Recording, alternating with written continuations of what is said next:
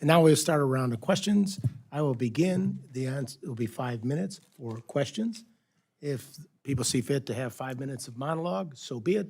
But at the end of 5 minutes, we move on to the next person.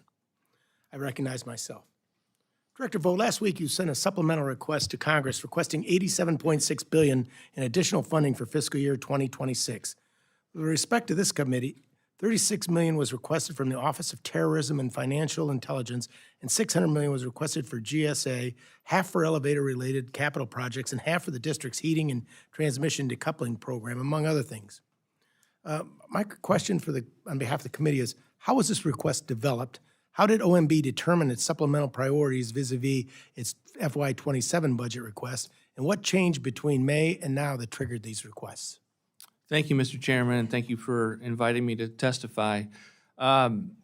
We ran a process with the supplemental to try to assess the defense needs in particular that we had with Operation Epic Fury. We also sent out a request for needs, not unlike what we would do for anomalies with a CR request to determine what are the most dire needs. Obviously, needs came back with the State Department with regard to buildings that may need to be repaired from activities overseas, but also in terms of Coast Guard needs, because they are absorbing activities where the DOW would normally have performed those activities, or in the case of GSA, kind of an acute need with the elevators that was needed based on kind of a typical inability to get that much money coming from Congress. So that one might have put forward in the normal appropriations process or our budget cycle, but we wanted to use this as an opportunity. And again, we have not said this is just defense. We wanted to make sure that any needs that we see, we are bringing to you as legitimate, and it has OMB seal of approval, and I appreciate in your testimony, Mr. Chairman, the role that OMB provides for this committee in particular, so that you know when we send something up, we believe it's been pressure tested accordingly. Well, thank you, and I appreciate that, but I noticed that, and we've had hearings on it, that there's a tremendous backlog of maintenance in all the facilities, unfortunately, that we all need to get to. But with that in mind, for fiscal year 2027 budget request, OMB is requesting a 13.3% or $17.1 million increase. This increased funding would support, quote, unavoidable costs and investing in OMB's workforce, among other priorities. Would you explain what those unavoidable costs are and why OMB needs additional funding only to cut staffing levels? And how do you reconcile the statement?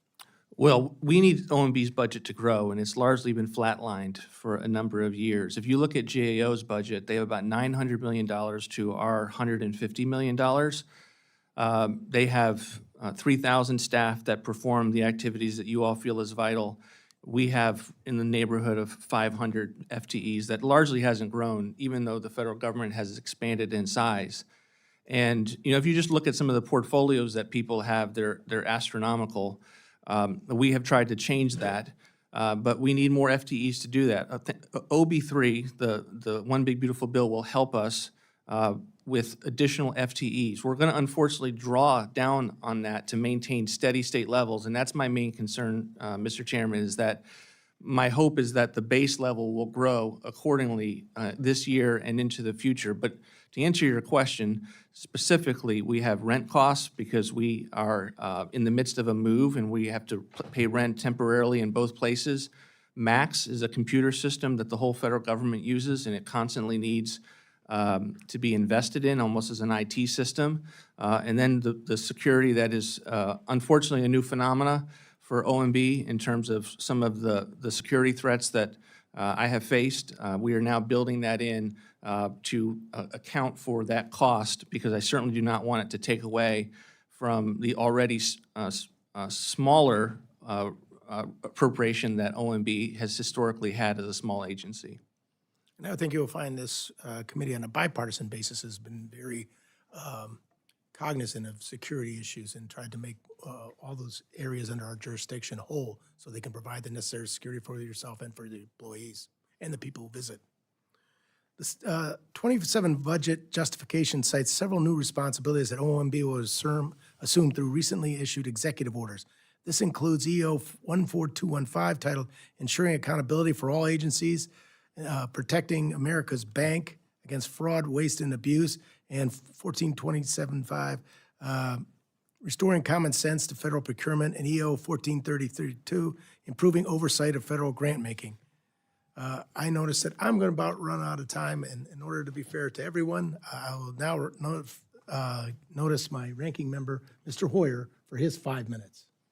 Well, I would have been interested in the answer to that question.